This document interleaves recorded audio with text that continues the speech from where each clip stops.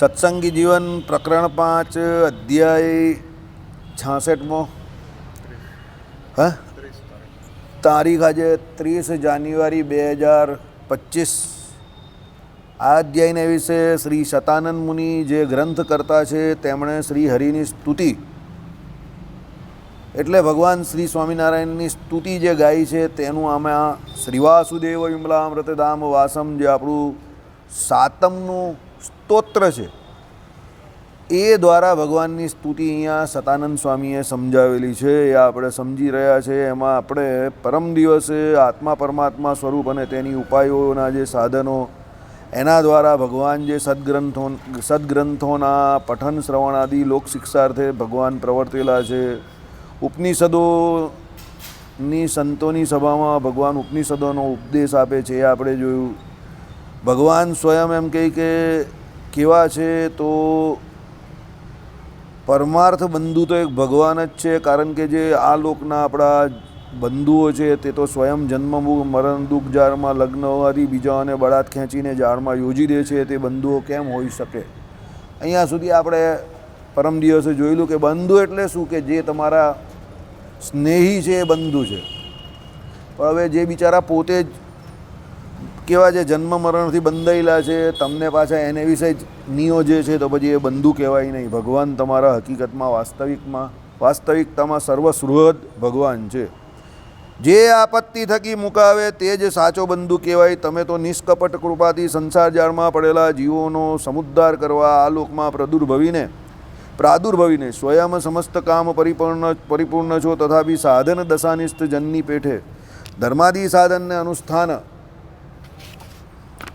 કરતા અને મોક્ષ માર્ગનો અવબોધ આપતા થકા તે જાળ બંધન થકી મુકાવો છો, તેવા ભક્તિ ધર્મ તને તમને શરણપણે હું પામ્યો છું। એટલે શું કહ્યું ભાઈ, હકીકતમાં નિષ્કપટપણે તમે જ એક સર્વના સાચા બંધુજન છો। કેમ બંધુજન કયા કે ભાઈ ભગવાન પોતે કેવા છે તો સંસાર જાળમાં જે કોઈ જીવો આપણા જેવા પડેલા છે બધાના ઉદ્ધાર માટે શું કરે છે, ભગવાન અહીંયા પ્રાદુર્ભાવેલા છે, અવતાર ધારણ કરે છે, પોતે સ્વયં કેવા છે આપ્ત કામ પૂર્ણ કામ સમસ્ત કામ પરિપૂર્ણ છે। એટલે ભગવાનને કોઈ પણ કર્મ કરવાની કે કોઈ પણ વિધિ કરવાની કે કોઈ પણ પ્રકારની વિદ્યા ભણવાની કે કોઈ જરૂરિયાત નથી। આજે મને ધરમસિંહ ભગત કહેતા હતા ભગવાનને જનોય ધરાવી, એમ કહે નારાયણ મુનિદેવને ભગવાનના જનોય સંસ્કાર કર્યા। મેં કહું ભગવાનના જનોય સંસ્કાર કરવાની જરૂર જ નહીં, પઢા એવા બચ્ચા એવું છે।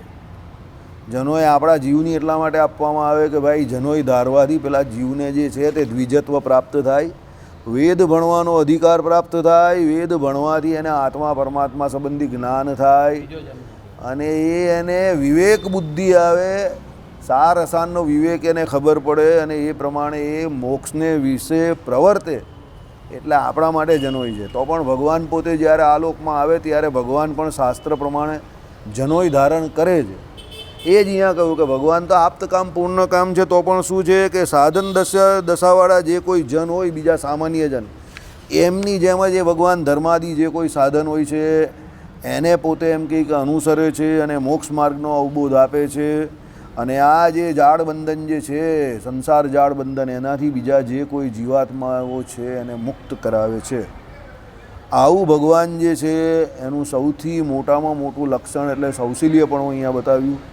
એવા જે ધર્મદેવના અને ભક્તિ માતાના પુત્ર સ્વામિનારાયણ ભગવાન એમની શરણને હું પામ્યો છું, આવું શતાનંદ સ્વામી કહે છે। હવે સુવ્રત મુનિ કહે છે, હે ભૂપતે આ પ્રકારે તે શતાનંદ મુનિ ભગવાનની પરાભક્તિથી સ્તુતિ કરી પ્રણામ કરી બે હાથ જોડીને તેમની આગળ ઊભા રહ્યા। સ્તુતિ કરીને ભગવાનની આગળ ઊભા રહ્યા કોણ? શતાનંદ સ્વામી। પછી ભગવાન પ્રસન્ન થઈને એમ બોલ્યા કે હે મહર્ષિ, તમારી ઉપર હું પ્રસન્ન થયો છું, તો તમને જે મનોવાંછિત હોય તે મારા થકી હાલ માંગો। ભગવાને શું કહ્યું, ભાઈ અમે તમારા ઉપર પ્રસન્ન છે, તમારી જે મનની ઈચ્છા હોય વાંછા હોય તમને જણાવો, તે તમને હું આપીશ, એમાં સંશય નથી, હું તમને આપીશ, એમાં સંશય નથી। આવું શ્રી હરિનું વચન સાંભળીને મનમાં આનંદ પામેલા શતાનંદ મુનિ બોલ્યા કે હે સ્વામીને તમે મારી પર પ્રસન્ન થયા હોવ તો બહુકાળથી અનુવર્તતા મનોરથને હાલ કૃપા કરી સંપૂર્ણ કરવા યોગ્ય છો। શતાનંદ સ્વામી શું કહે છે, ભાઈ હું બહુ સમયથી એક મનોરથ પૂર્ણ કરવા ઈચ્છું છું, તો તમે પ્રસન્ન થયા હોય તો એ મારો મનોરથ પૂરો કરો। મનોરથને નિવેદન કરે છે હવે સતાનંદ સ્વામી એમનો મનોરથ કહે છે, હે જગતગુરુ, આપના દિવ્ય અવતાર ચરિત્ર ગર્ભિત કોઈ ગ્રંથ કરવાની મારે ઈચ્છા છે. એટલે સતાનંદ સ્વામીએ આ ગ્રંથનું કારણ આપણે બતાવ્યું કે ભાઈ આ ગ્રંથની રચના કેવી રીતે થઈ છે. આજે સવારે અશોકભાઈનો મારી પર ફોન આવેલો, તો અશોકભાઈને મેં એ જ કહ્યું, જીવનમાં જે કોઈ ઘટના ઘટે છે, આપણે જેને ઘટનાને ઘટના તરીકે જોઈએ છે, જેને સાક્ષી તરીકે જોઈ રહ્યા છે, એ દરેક ઘટના પહેલાં આપણા મગજની અંદર ઘટે, પછી કોઈ વ્યક્તિ જે છે એ ઘટનાને ઘટાવે. આતંકવાદી બોમ્બ ફોડે તો એ પહેલાં એના મગજમાં બોમ્બ ફોડતો હોય બધા, કે ભાઈ આ જગ્યા પર બોમ્બ ફોડવાનો છે, રેકી કરે, કેટલા માણસ રોજ આવે છે, સિક્યુરિટી કેટલી ટાઈટ છે, કયા સમયે કયું પબ્લિક ત્યાં પધારે છે, બરાબર. આ બધા જે કોઈ સાધનો કરવાનો હોય તે આતંકવાદી પહેલેથી કરે, એટલે એના મગજની અંદર એ બોમ્બ ફૂટે, ફોડીને પછી કાં ભાગવાનું છે, કેવી રીતે ભાગવાનું છે, ભારત દેશને છોડીને કાં જાય, કયા દેશમાં જઈએ તો આપણે સેફ, તો પાકિસ્તાન ચાલ્યો જાય, કારણ કે પાકિસ્તાન નેપાળ માર્ગે પાકિસ્તાન ચાલ્યો જાય, કે ભાઈ એને પછી કોઈ દિવસ પાછા ઇન્ડિયામાં આવવાનું રહે નહીં. પાકિસ્તાન તો એવું કહેવાનું જ નથી કે ભાઈ અમારે ત્યાં તમારો શત્રુ જે આતંકવાદી છે તે છુપાયેલો જ, કારણ કે એણે જ મોકલો હોય. તો આ બધી ઘટના પહેલાં એ વ્યક્તિના મગજમાં એ ઘટાવે, પછી એ ઘટના જે છે તે બહાર ઘટાય, સમજો. એટલે સતાનંદ સ્વામીના મગજને વિશે, પહેલાં મનને વિશે, મગજને વિશે આખી આ ગ્રંથરૂપી ઘટના ઘટી ચૂકેલી છે. એમને એવો મનોરથ છે કે ભાઈ મારે આ ઘટના ઘટાવવી છે.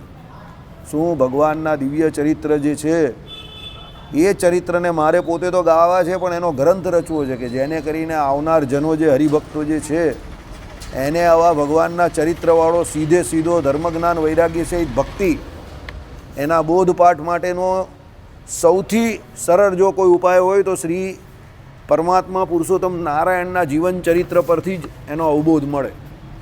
ભગવાન શ્રી હરિ પ્રત્યક્ષ પુરુષોત્તમ નારાયણ એમને જે પોતાના જીવન દરમિયાન જે કોઈ ચરિત્ર કરીએ એમાં સહેજે સહેજે ધર્મના દર્શન થાય, જ્ઞાનના દર્શન થાય, તમને વૈરાગ્યના દર્શન થાય, અને તમારે ભક્તિ કેવી રીતે કરવી તો એના દર્શન પણ ભગવાન પોતાને વિશે કરાવે. કારણ કે ભગવાન સાધુ રૂપે જ્યારે આવે છે ત્યારે સાધુ જેમ ભગવાનને વિશે નિષ્કામપણે ભક્તિ કરતા હોય ત્યારે ભગવાન પણ સાધુ રૂપે આવે ત્યારે એ પ્રમાણે જ વર્તે છે. એટલે ભગવાન શ્રી હરિના જીવન ચરિત્રમાં તમને એકાંતિક ધર્મ સહેજે સહેજે દેખાય. રાજા રૂપે ભગવાન આવે ત્યારે તો થોડા કડક સ્વભાવનો હોય, પણ મોક્ષ આપવામાં તો બંને સરખા છે પાછા. પણ રાજા રૂપે આવે ત્યારે એ બધું સાયલન્ટલી હોય, ભગવાનમાં હોય પણ સાયલન્ટ હોય. સાધુ રૂપે આવે ત્યારે તો ધર્મજ્ઞાન વૈરાગ્ય ભક્તિ તમને સહેજે સહેજે દેખાય, કારણ કે રાજાએ બીજા ઘણા બધા કામ કરવાનો હોય ને આ લોક સંબંધી, બરાબર.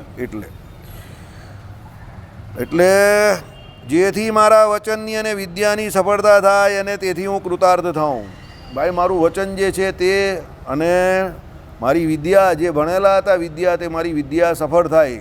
મહારાજે શું કહ્યું? વિદ્યાવાન પુરુષ એની જે વિદ્યા જે છે એનું સૌથી મોટું ફળ શું છે? તો ભક્તિ અને સત્સંગ કરવો. કેમ? ભક્તિ અને સત્સંગ વગર તો વિદ્વાન હોય તે પણ શું છે? અધોગતિને પામે. વિદ્યાવાળો પુરુષ હોય એણે શ્રી કૃષ્ણ ભગવાનને વિશે ભક્તિ કરવાની છે. એટલે આપણી પાસે ભગવાને કોઈ વિદ્યા આપી છે, કોઈ આવડત આપી છે, જ્ઞાન શક્તિ આપણી કુદરતી રીતે થોડીક બીજા જે કોઈ જનો હોય, સામાન્ય જનો એના કરતાં સારી ભગવાને આપણે આપેલી હોય. એક વસ્તુ બહુ ઊંચી સચિન તેંડુલકરના બાપુજી કહી ગયેલા, Ramesh Tendulkar, if somebody is gifted with some extraordinary skill by God, બરાબર, તો એણે એનો પૂરેપૂરો ફાયદો ઉઠાવવો જોઈએ. સચિન તેંડુલકરમાં એક એક્સ્ટ્રા ઓર્ડિનરી ગિફ્ટ હતી, ટેલેન્ટ. કઈ ટેલેન્ટ હતી એનામાં ખબર છે તમને? દડો બોલરના હાથમાંથી રિલીઝ થાય ને અને એને બોલરનો હાથ પણ દેખાતો હતો અને આંગળી પણ દેખાતી હતી, અને રિલીઝ થાય એટલે એને ખબર પડી જતી હતી કે આ અંદર આવશે કે બહાર જશે. બોલો. એ પછી આખી ટીમને એ પ્રમાણે ગાઈડ પણ કરી શકતા હતા. એનામાં એ ટેલેન્ટ નેચરલ હતું, સમજો, બરાબર. એટલે કહેવાનું તાત્પર્ય શું છે કે એણે એ પછી ટેલેન્ટનો ભરપૂર ફાયદો ઉઠાવ્યો, કે એના દ્વારા, મહેનત દ્વારા, અને એ લિજન્ડ બની ગયા ક્રિકેટની દુનિયામાં. એમ ભગવાને તમને કોઈ ગિફ્ટ આપી હોય, નેચરલ ગિફ્ટ હોય ઘણી બધી આપણી પાસે, બરાબર, તો એ ગિફ્ટ જે હોય એનો ઉપયોગ કરવો જોઈએ તમારે. સદુપયોગ કરો તો ભગવાન તમારી પર બહુ રાજી થાય. સદુપયોગ કેવી રીતે કરી શકો એ પહેલાં સમજો. ભાઈ એનાથી તમે તમારું એકલાનું પેટ ભરો કે તમે પોતે યશ કીર્તિ માટે કે ધન માટે કરો હોય તો એ તો તમે સ્વાર્થવાળી વૃત્તિ વાપરી. એવું નહીં, સાધુતા રાખો કે ભાઈ મને ફાયદો તો થયો છે, ભગવાને આપીને મને ફાયદો કરાવેલો છે તો બીજાને ફાયદો કરાવો. સર્વજન સુખાય સર્વજન હિતાય. તમે સમજો કાલે સવારે ઉભરાતમાં સ્નાન કરવાથી માંડીને પેલી બહેનોને જમાડવાથી માંડીને રાત્રે પાછા ત્યાં બ્રહ્મભોજન કરાવ્યું આપણે, તો આખા મંડળમાં કેટલા બધા લોકોને કેટલો બધો ફાયદો થયો. આખો દિવસ એનો આખો અમાસ જે સૌથી સારામાં સારો દિવસ મંત્ર માટે કે ભજન માટે કે તપ માટે કે દાન માટેનો કહેવાય, તો આખો દિવસ તેનો જો મંડળ જોડે જોડાયેલો હોય પ્રેમથી તો આખો દિવસ એને એમાં ગયો. બરાબર. હવે આવું કરવાનો લાભ શું? આવું કરવાનો લાભ એ જ કે બધા એક સાથે ભગવાનના માર્ગમાં જોડાય અને ભગવાન બહુ રાજી થાય. 102 બ્રાહ્મણ જમી ગયા, 102. બરાબર. અને બાકીના 4 બ્રાહ્મણોને આપણે એના ઘરે કવર મોકલાવ્યા. તબિયત ઠીક નહીં હતી એટલે એના સ્નેહીજનો આવીને કહી ગયા તો આપ્યા આપણે. સમજો, એટલે ટોટલ 106 બ્રાહ્મણ અને બીજા 100 થી 125 હરિભક્તો જમી ગયા. એટલે 250 માણસ કાલે રાંદેરમાં આપણા અમાસમાં મૌની અમાવસ્યાને દાડે જમી ગયા. સવારે બપોરે પેલી કન્યાઓ છે એને આપણે ઊંધિયું, પૂરી, બટાટાના વડા, પછી આ ભાઈ પેંડા લાવેલા તે પેંડા અને બીજું શું ખવડાવ્યું? દાળ ભાત મંડળ તરફથી. એ છોકરીઓને પણ માનસિક રીતે બીમાર આપણા ગણેશ મહારાજ પાસે, મંદિરના જ મહારાજ પાસે, એટલે મંદિરમાં ગણેશ મહારાજ અહીંયા રસોઈ કરતા હતા ને એની પાસે. સમજો કેમ ભાઈ, મંદિરના મહારાજ હોય બ્રાહ્મણની રસોઈ એ છોકરાઓ પણ ખાય ને બુદ્ધિમાં થોડો. ત્યાં દિવ્યેશ આવેલા. બંને જગ્યા પર મેનેજમેન્ટનો થંબ રૂલ છે, કોઈ પણ આખા દિવસનું કામ એક વ્યક્તિને ના આપવું, કારણ કે છેલ્લી ઘડીએ જો એક વ્યક્તિને કંઈ થઈ જાય તો આપણે એટેક આવી જાય. એટલે હંમેશા મેનેજમેન્ટનો થંબ રૂલ એ છે તમારા કામ હોય ને એની વહેંચણી કરી નાખો. એટલે સવારનું કામ ગણેશને, સાંજનું કામ દિવ્યેશને, આધે ઈધર આધે ઉધર.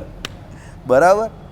બંને કામ થઈ ગયા, ભગવાન બહુ રાજી થયા, હરિભક્તો બહુ રાજી થયા. ભજન કેટલું સારું થયું રાંદેર મંદિરમાં, ભજન કેટલું સરસ થયું. બરાબર. જે આ લોકો ભજન કરતા હતા 8, 8:15, 8:30 સુધી તો અંદર ભજન ચાલુ ને ચાલુ, અને 12 પંગત.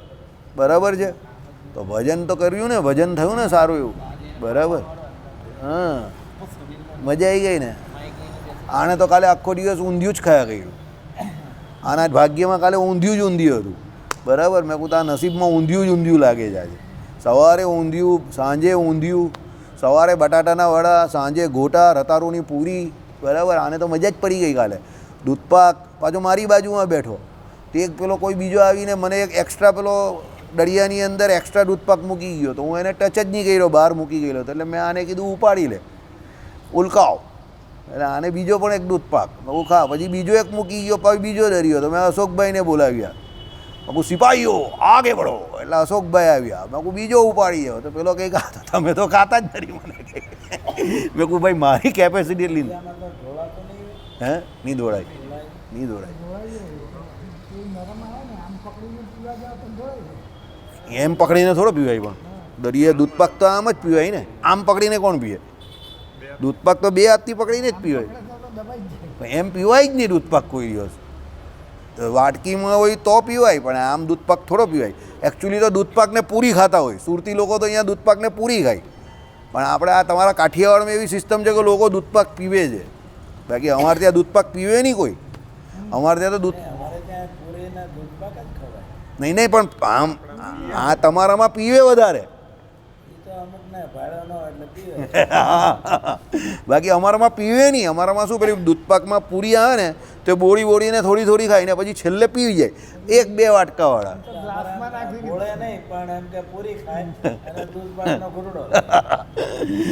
ચાલો કંઈ નહીં, પણ હરી ઈચ્છાથી જે થયું તે સારું થયું. 10-12 લીટર દૂધ ઉમેરવું પડેલું, થોડુંક ઉમેરી દીધું, પણ સારું થઈ ગયું. બરાબર. ચાલો, ભગવાનની દયાથી સારું થઈ ગયું. ઓકે. એટલે આ ભગવાનના અવતાર ચરિત્રને ગાવા માટેના જે કોઈ સંકલ્પ હતા તે એમણે પૂરા કર્યા. કોણે? સતાનંદ સ્વામીએ.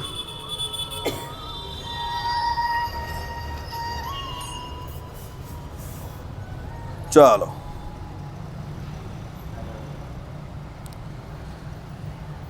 એટલે વિદ્યાની સફળતા થાય અને તેથી હું કૃતાર્થ થાઉં તો આમાં આપ આજ્ઞા આપવાને યોગ્ય છે, કેમ કે આપે પ્રથમ પ્રતિજ્ઞા કરેલી છે, આ મારું અભિષ્ટ છે, તમો ભક્તોને અભિષ્ટ અર્થ આપનારા છો.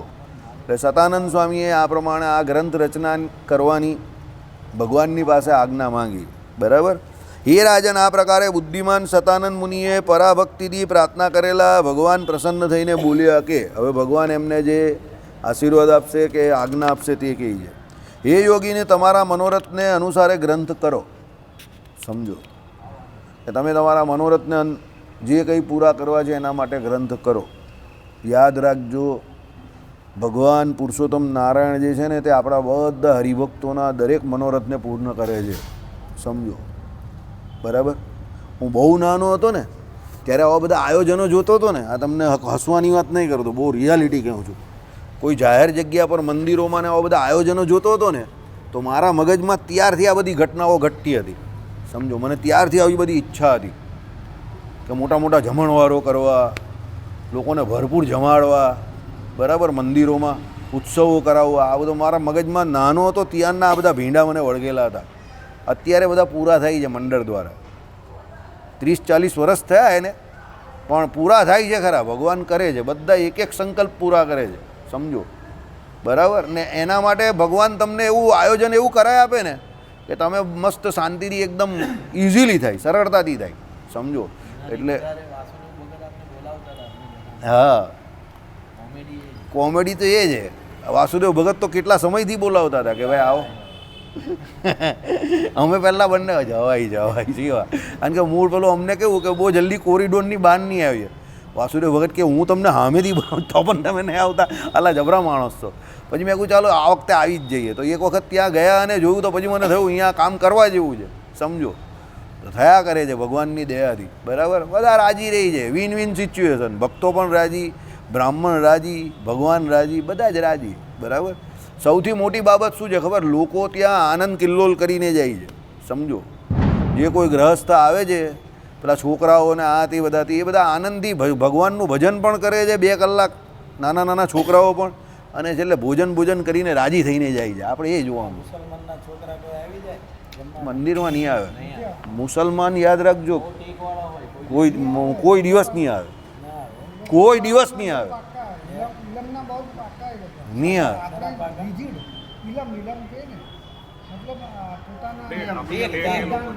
નહીં આવે, કોઈ દિવસ નહીં આવે.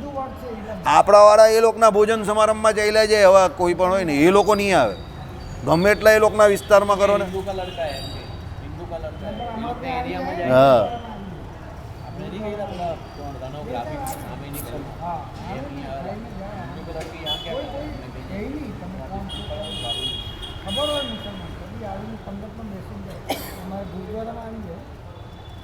ચાલો.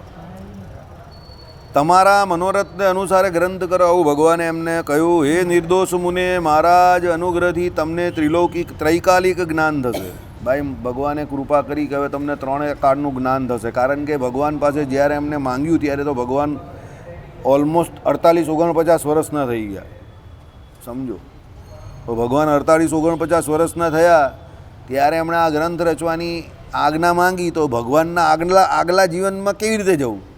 આ કંઈ પિક્ચર થોડું છે કે આમ રીલ ફેરવાય, ઊંધી રીલ ફેરવે એટલે ખબર પડે. એટલે ભગવાનના આગળના ચરિત્રો એમને ખબર કેવી રીતે પડે?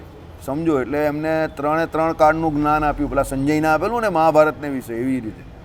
બરાબર. એટલે જ્ઞાન આપ્યું. એટલે હવે એ જે કોઈ સતાનંદ સ્વામી બેકમાં જઈ શકતા હતા કે ભૂતકાળમાં ભગવાને બાળ લીલા કરેલી, ભગવાનના અવતાર છેક બદરિકાશ્રમમાં શ્રાપ થયેલો ત્યાંથી માંડીને બધી લીલા જે છે તેમને દેખાતી હતી, જે દેખાય તે લખતા હતા. બરાબર. આ બધી પરમાત્માની કૃપા છે. અને જીવ જે છે તે જેવા સંકલ્પ કરે એવા સંકલ્પ પૂરા થાય. એટલે હું કહું છું વારે વારે આપણે સત્સંગમાં અહીંયા કહીએ છીએ ને, સંકલ્પ ભગવાનને અનુલક્ષીને ભગવાન સંબંધી કરો. તમારા માટે તો બધું આપણા માટે તો બધું બહુ કરી નાખ્યું, ગાડી ને બંગલા ને આ ને તે ને, એ તો બધું ભાગ્યવશાત અને જે કંઈ ઈચ્છા કરી તે ભગવાને તમને આપી દીધા. હવે આગળનું શું?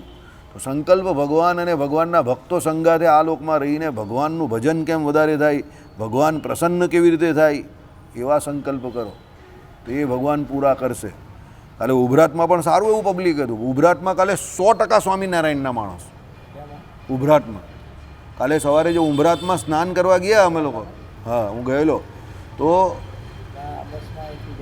ના પેલા નિગમ જોડે ગયેલા અમે ગાડીમાં. ગિરીશભાઈ, હું, નિગમ ને ગોપાલભાઈ, અમે 4 જણા ગયેલા એમની ગાડીમાં.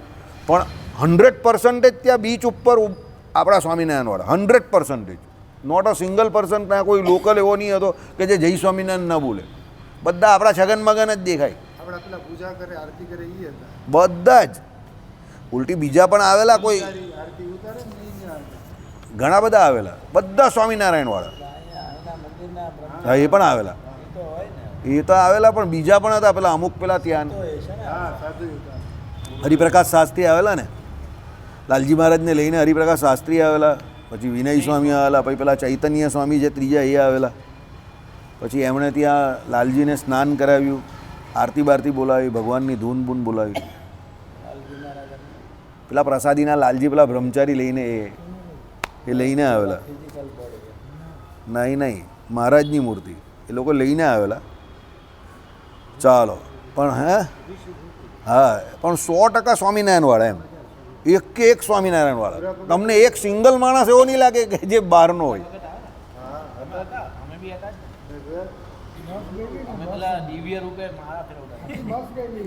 અમે લોકો માળા ફેરવતા હતા બાજુ. ધોતીને ખેસ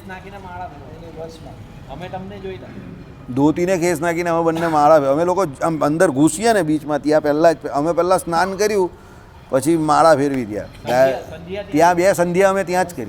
સ્વામિનારાયણ સંપ્રદાય વગરના બીજા સંપ્રદાયના છે ને, આપણા હિન્દુ સનાતનમાંથી ઉલટી ગયા છે. કોઈ માનતા જ નથી સનાતન ધર્મ. સ્વામિનારાયણ ધર્મવાળા માને છે બધા, ઘણા બધા હતા. પેલી બાજુ રામાનંદીનો પ્રચાર બી સારો. આપણે ત્યાં અહીંયા ગુજરાતમાં સ્વામી સાહેબ એવું છે ને, લોકો આની પાછળ બહુ પડી ગયા છે. આપણા હિન્દુઓને એવું ધર્મ જેવું કંઈ રહ્યું જ નહીં હવે. ચાલો, જેથી મારા સર્વચરિત્રને યથાસ્થિતિ જાણશો. અમારા વકીલ સંબંધી છે, હમણાં અમે એક ફંક્શનમાં હતા ને, મને કહે કે આ બધા આ ક્રિયાકાંડ ને બધા શાસ્ત્રો રચનાના બ્રાહ્મણો છે ને, એને તો એની રોટી માટે. હા એ બધા એવું જ કહ્યું, એ બધા એવું જ માટે આ કર્યું. મેં કીધું તમે વકીલ છો, CRPCની પ્રેક્ટિસ કરો ને, તો CRPC પ્રેક્ટિસ કરવાની હોય એ જે લખનાર એક્ટ છે, ક્રિમિનલ પ્રોસિજર. હા સમજી ગયું. ક્રિમિનલ પ્રોસિજર કોડ ને સિવિલ પ્રોસિજર, એની રચના જેણે કરી છે એણે હું એની રોજગારી માટે કરી છે, તમારી રોજગારી માટે કરી છે.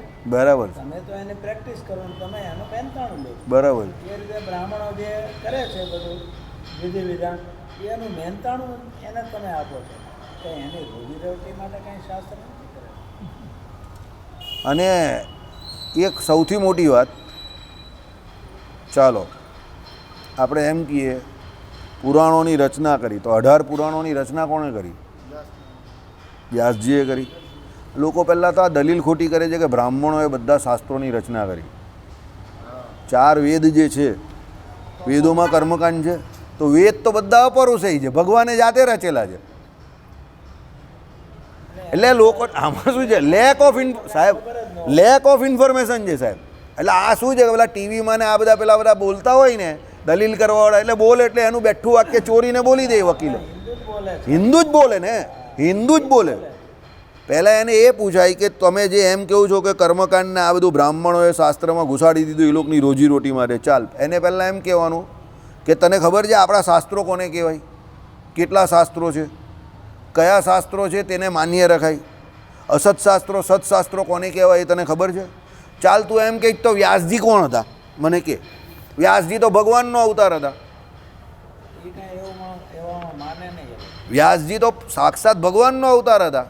અને 18 પુરાણ તો વ્યાસજીએ કરેલા હતા. વ્યાસજીના ફાધર પરાશર મુનિ હતા, સમજો બરાબર. હવે વ્યાસજીએ જે ભાગવત, શ્રીમદ ભાગવત આખું લખ્યું, તો એમાં સૌથી વધારે ચરિત્ર તો ભગવાનના છે. બ્રાહ્મણોના કેટલા ચરિત્ર છે અંદર શ્રીમદ ભાગવતની અંદર? બહુ ઓછા ચરિત્ર તમને જોવા મળે. અરે ક્ષત્રિય રાજાના ચરિત્ર વધારે છે ભાગવતજીમાં. ક્ષત્રિય રાજાના ચરિત્ર વધારે છે. મન્વંતર કથા આવે છે, એમાં શું આવે છે? રાજાઓનું જ આવે છે ને. ઈશાનું કથા, મન્વંતર કથા, બધામાં શું આવે છે? બધા રાજાઓના ચરિત્ર આવે છે, સમજો. આ તો શું હોય છે, લેક ઓફ ઇન્ફોર્મેશન. એટલે પેલાનું બોલેલું પેલો બોલે ને પેલાનું બોલેલું પેલો બોલે. અને વેદ અપરુષેય છે ને, એ તો આપણા લોકોને હિન્દુઓને ખબર જ નહીં. એ લોકો એવું સમજે છે કે વેદની રચના વ્યાસજીએ કરી. લોકોને આ બહુ લેક ઓફ ઇન્ફોર્મેશન. વેદ તો અપરુષેય છે, એની રચના તો કોઈએ કરી જ નથી. એ તો ભગવાન પુરુષોત્તમ નારાયણ પ્રત્યક્ષ બ્રહ્માજીને આપવા આવે છે. જ્યારે જ્યારે બ્રહ્માજી સૃષ્ટિ પ્રકરણ કરે એટલે સૃષ્ટિ ચાલુ થાય એટલે કે તમારા બ્રહ્માંડને વિશે ધર્મની એમ કહી કે જે કોઈ ગતિ આગળ વધારવા માટે અને લોકોના ઉદ્ધાર માટે ધર્મ અર્થ કામ અને મોક્ષ એ ચારે પુરુષાર્થની સિદ્ધિને મનુષ્યો ઋષિમુનિઓ જે કોઈ છે તે પામે એના માટે તમને અમે આ વેદો આપીએ છીએ. આ વેદો દ્વારા એ લોકોની અભ્યુદય કરી શકશે એમ કરીને ભગવાન વાસુદેવ પ્રત્યક્ષ બ્રહ્માજીને આપે છે. તો ભગવાન વાસુદેવ કા બ્રાહ્મણ છે? લેક ઓફ ઇન્ફોર્મેશન છે, લોકોને ખબર નથી. એટલે પેલો એક બોલે એટલે બીજો બોલે, બીજો બોલે એટલે ત્રીજો બોલે, ત્રીજો બોલે એટલે ચોથો બોલે. અને વેદોમાં અથર્વવેદ તમે કેવું કે પછી આપણે સામવેદ તમે કેવું કે ઋગ્વેદ સૌથી જૂનો વેદ છે. અને ઋગ્વેદની અંદર ઘણી બધી વાતો લખેલી છે, ઘણું બધું લખેલું છે. સમજો, સામવેદ તો પાછળથી એને એ મળી અને અથર્વવેદમાં તો બધી તમે આ જેટલા પણ તંત્રો છે ને તે બધા અથર્વવેદમાં આવેલા છે. સમજો, તો એ વેદોનો વિભાગ કરેલો છે. તો એ વિભાગ વ્યાસજીએ કર્યો, પણ વેદ તો બધા ભગવાને લખેલા છે, જાતે લખેલા. એટલે ભગવાન જેમ અનાદિ છે તેમ વેદ પણ અનાદિ છે. તો બ્રાહ્મણ કા વચ્ચે આવ્યો? બ્રાહ્મણ એનું નિરૂપણ કરનારા છે. સમજો, પણ એમાં બ્રાહ્મણ દ્વારા એનું નિરૂપણ થાય છે. અને બ્રાહ્મણનો મહિમા કયો છે એટલે બીજાને ખપતું નથી. એટલે એ લોકો એવું કહે છે કે આ લોકો એવા શ્લોકોનું જ નિરૂપણ કરે કે આ લોકો પોતે શાસ્ત્રો રચેલા એટલે બ્રાહ્મણના લાભનું હોય એ જ બધું જણાવે. અરે પણ એમાં એને જેટલી હક છે તેટલે એને ફરજો પણ નિભાવવાની છે ને. સમજો, એનું પ્રાયશ્ચિત પણ બધાથી વધારે છે. બધું એના બધા પ્રકરણમાં બ્રહ્મને જાણવાનો અધિકાર એને છે, બીજાને જણાવવાના પણ એને છે. તો એ બધી જવાબદારી પણ એની છે ને. કર્મકાંડ તો બહુ નાનો વિષય છે, જ્યોતિષ જેવું છે. લોકોને એમ કે જ્યોતિષ એટલે કુંડળી જોવાનું ને ભવિષ્ય ભાખવાનું. અરે જ્યોતિષ કંઈ એક એ થોડું છે, એ તો એનો બહુ નાનો ભાગ છે. ફોરકાસ્ટિંગ કરવું એ તો બહુ નાનો ભાગ છે જ્યોતિષનો. જ્યોતિષ પણ વેદનું અંગ જ છે. હવે બધા તે સાહેબે જે કહ્યું ને એવા માણસો કે હું કંઈ જ્યોતિષને માનતો નથી, એવું કંઈ ખરું નહીં પડતું. અરે ભાઈ, તું માનતો નથી એનાથી થોડી કંઈ એવું થઈ જાય. પેલો કે પ્રમાણે તુને જાપાન દેખા હે તે નહીં દેખા હે, તો उसका मतलब क्या है? जापान इस दुनिया में नहीं है. કોઈ એક વ્યક્તિએ તને કોઈ આગાહી કરીને ખોટી પડી ગઈ એટલે જ્યોતિષ ખોટું થઈ ગયું. જ્યોતિષ વેદનું અંગ છે, તે ખોટું કેવી રીતે હોય? જોવાવાળાની ગણતરી ખોટી પડે એ તો માણસ છે, ભલભલાની પડે. એ મેથ્સ છે એક પ્રકારનું, પડી જાય ખોટી ગણતરી. 100માંથી 100 બધા વિદ્યાર્થીના માર્ક આવે છે તો ગણિત જ છે ને, તો એમાં એક પણ દાખલો ખોટો નથી. તો બધાના 100માંથી 100 આવવા જોઈએ. કેટલાના 100માંથી 100 આવે છે આખા ક્લાસમાં? 2 જણાના, 3 જણાના, એનાથી વધારે આવે છે? તો ભાઈ એ તો મેથ્સ જ છે, એમાં કંઈ ખોટું છે? તો બધાના 100માંથી 100 આવવા જોઈએ ને. રીત તો બધાને બધી ખબર જ હોય છે. ચાલો, તો બધાના 100માંથી 100 કેમ નહીં આવતા? 12મા ધોરણના મેથ્સમાં આવે 100માંથી 100. પહેલાં અમારા વખતે 150 માર્કનું પેપર આવતું હતું, મેથ્સ 1 ને મેથ્સ 2નું. 130 માર્ક આવે તો પેલો ભયો થઈ જાય. 130 માર્કવાળા માર્ક જેને આવેલો હોય ને મેથ્સમાં, એને મેડિકલમાં એડમિશન મળી જાય. અમારા વખતે એવું હતું 12મામાં. કઢીવાલાને 122 માર્ક્સ હતા, મને આજે પણ યાદ છે મેથ્સમાં. એને મેડિકલમાં એડમિશન મળી ગયેલું. 75 એના કેમેસ્ટ્રીમાં હતા, 86 કે 87 એના બાયોલોજીમાં હતા, અને ફિઝિક્સમાં લગભગ 78 કે 80 હતા. તો આટલામાં એને મેડિકલમાં સિવિલ હોસ્પિટલમાં એડમિશન મળી ગયેલું. મને આજે યાદ છે, 30 વર્ષ પછી. એને પણ યાદ નથી. અને ફોર યોર કાઇન્ડ ઇન્ફોર્મેશન, મેં એની જોડે 12મું નહીં કરેલું. હું તો ડિપ્લોમામાં હતો, અહીંયા ફાર્મસી કરવા ગયેલો. પણ એ મને આવીને ઘરે આવીને 12મામાં થયેલું એનું, એ પછી મને એકવાર મળવા આવેલો અને મને બોલેલો એકવાર માર્ક, મને યાદ રહી ગયેલા. સમજો, 10મા પછી કરેલું મેં અહીંયા બારડોલીમાં. કહેવાનો મતલબ શું છે કે આપણે એવું લાગે, એવું થોડું હોય છે. રીત તો બધી આપી જ દીધેલી હોય જ ને ચોપડીમાં. તો આવે છે 100માંથી 100 માર્ક. નાંડા જેવી વાત છે લોકોની.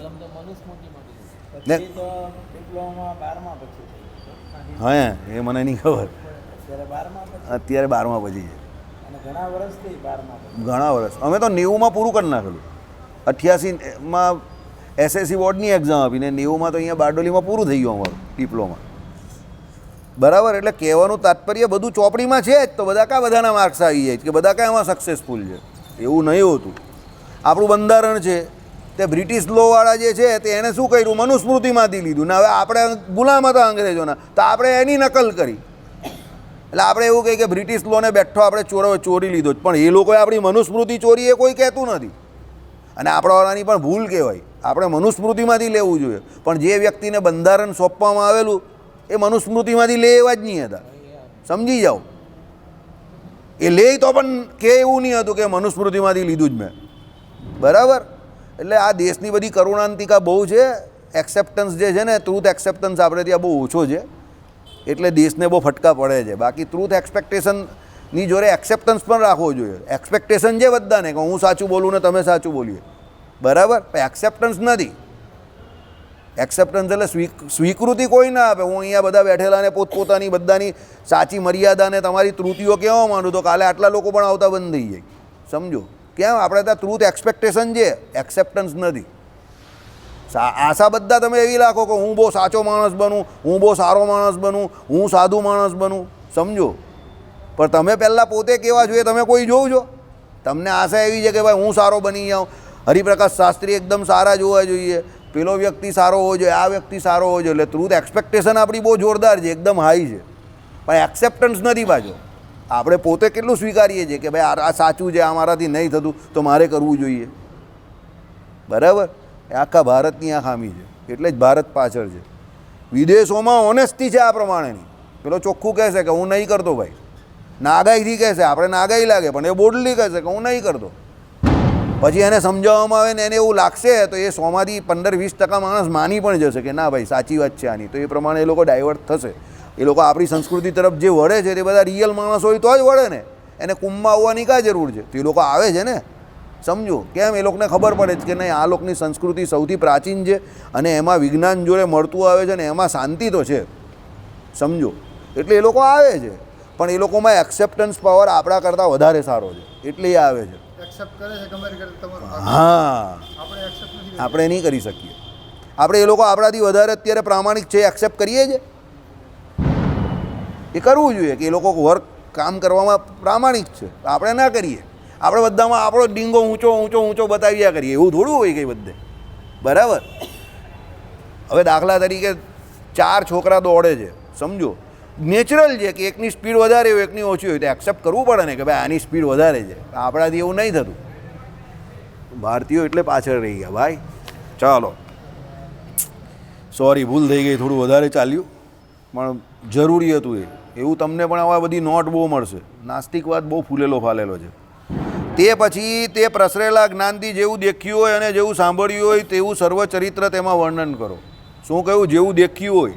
એટલે આ સત્સંગી જીવનમાં ભગવાનના જે કોઈ ચરિત્રો સતાનંદ સ્વામીએ લખ્યા છે, ગાયા છે, એ બધા ચરિત્રો એમણે જોયા છે, પ્રત્યક્ષ જોયા છે.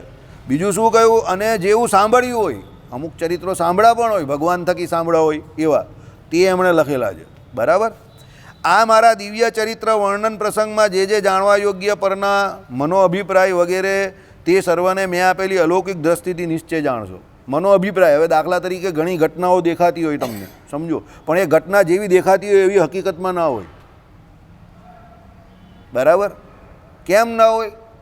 કે ભાઈ એ ઘટનાની અંદરનો જે અભિપ્રાય છે તે અભિપ્રાય તમને ખબર ન પડે તે પ્રમાણે તમે કેવી રીતે વર્તણૂક કરો. એવી ભૂલ એક સાધુએ કરેલી. ગંગા નદી પર એક સાધુ બેઠેલા હતા અને એક બાપ અને દીકરી પેલી પરીક્ષા અપાઈને છોકરી આવેલી, તેનો બાપ એના માટે કંઈક કોલ્ડ ડ્રિંક્સ લાવ્યું અને વેફર લાવ્યો અને એને પીવડાવતો હતો અને ખવડાવતો હતો. તો પેલાને કંઈક બીજું લાગ્યું, તો પેલો સાધુ એને લટકારવા ફટકારવા ગયો કે હાલ અહીંયા આવીને નાટક કરો છો, આમ છે તેમ છે, ફલાણો ઠીકણો. તો પેલો કે આ તો મારી છોકરી છે એમ ગઈ અને એ હમણાં પરીક્ષા એવી એટલે હું એના માટે લાવેલો છું. પેલા સાધુને પોતાની જાત ઉપર બહુ નફરત થઈ ગઈ કે મારી દ્રષ્ટિ આટલી બધી બગડી ગઈ સાધુ થઈને પણ હું ઓળખી નહીં સહી ગયો. અત્યારનો સમય એવો છે કે પેલા વાળ કાળા કરે એટલે માણસની ઉંમર ખબર નહીં પડે ઘણાની. સમજો, સાધુ બિચારો માર ખાઈ ગયો, એને બહુ પશ્ચાતાપ થઈ ગયો. કેમ? એને દેખાયું એ ઘટનાનો અભિપ્રાય જાણી નહીં શક્યો. એટલે ભગવાને અહીંયા કહ્યું શું? મનો અભિપ્રાય વગેરે તે સર્વને મેં આપેલી અલૌકિક દ્રષ્ટિથી નિશ્ચય જાણશો. એટલે ભગવાન કે અમે જે ચરિત્ર કરીએ એમાં મનનો અમારો અભિગમ કે અમારો અભિપ્રાય શું છે એ તમને અમે દેખાડશું, તમને ખબર પાડશું. એમ એ જરૂરી છે, બહુ જરૂરી છે. બરાબર, નહીં તો લોચા પડી જાય. તમને કાંઈ પણ અવિદિત નહીં જ રહે. એવું કંઈ પણ ન રહે કે જે તમને અવિદિત એટલે ન જાણવામાં આવ્યું હોય એવું હોય. બધી વસ્તુ તમને જણાશે. કેમ કે તમે મને અતિ પ્રિય છો. ભગવાનને પ્રિય થઈ જાય એટલે એને બધું ભગવાન જણાવે ને. ભગવાન જ્યારે કોઈની ઉપર રાજી થાય છે ત્યારે એ જીવને પોતાના સ્વરૂપનું જ્ઞાન આપે છે. રૂપિયા પૈસા ધન દોલત સત્તા જે છે ને એ નથી આપતા. ભગવાન જ્યારે પણ કોઈની ઉપર રાજી થાય ત્યારે એને એના સ્વરૂપનું જ્ઞાન આપે. સમજો. અને અંદરથી છે ને એને એક અનેરો વિશ્વાસ અને શ્રદ્ધા આપે. આગળ વધો, જે કરો છો તે આમાં આગળ વધો, બરાબર થઈ રહેલું જ બરાબર એમ કરીને ભગવાન એને પુશઅપ કરે. અંદર રહેલા પરમાત્મા એના કર્મોથી એને પુશઅપ કરતા હોય કે તું કર તું કર તું કર. સામે ગમે એટલો વિરોધ હોય ને સમજજો, પણ એ માણસ એકલો એકલો એના હિસાબે જતો હોય ને એમાં સમજવાનું કે એને પીઠબળ જે છે ને તે એની અંદર રહેલા પરમાત્માનું છે. આ બધા મોટા મોટા પુરુષ હોય તે મોટા માણસ કેવી રીતે બનેલા હોય? એનો વિરોધ નહીં થયો હોય? વિરોધ તો થાય જ. ચેલાનો એના ઘરમાં વિરોધ નહીં થયેલો. એને બધું કેવું કેવું ખાવાનું કહેતા હતા. કાંદો લસણ તો ઠીક, પેલું બીજું બધું પણ ખાવાનું આપતા હતા બરાબર. તો ચેલાને બચાવ્યો કોણે? તો નોર્ફ્લોક્સ ટીઝેડે બચાવ્યો. નોર્ફ્લોક્સ ટીઝેડ બનીને ભગવાન આવ્યા અને ચેલાની રક્ષા કરી. અને ટીઝેડે જે કામ કર્યું તે એના ઘરમાં બનતું બંધ થઈ ગયું.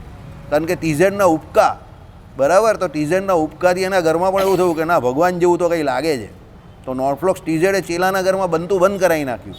ચેલો સત્સંગી થઈ ગયો અને અત્યારે સત્સંગી થઈને આવે છે અહીંયા. અને ચેલાના છોકરા પણ આવે છે. ત્રીજી પેઢીમાં આવતી થઈ ગઈ.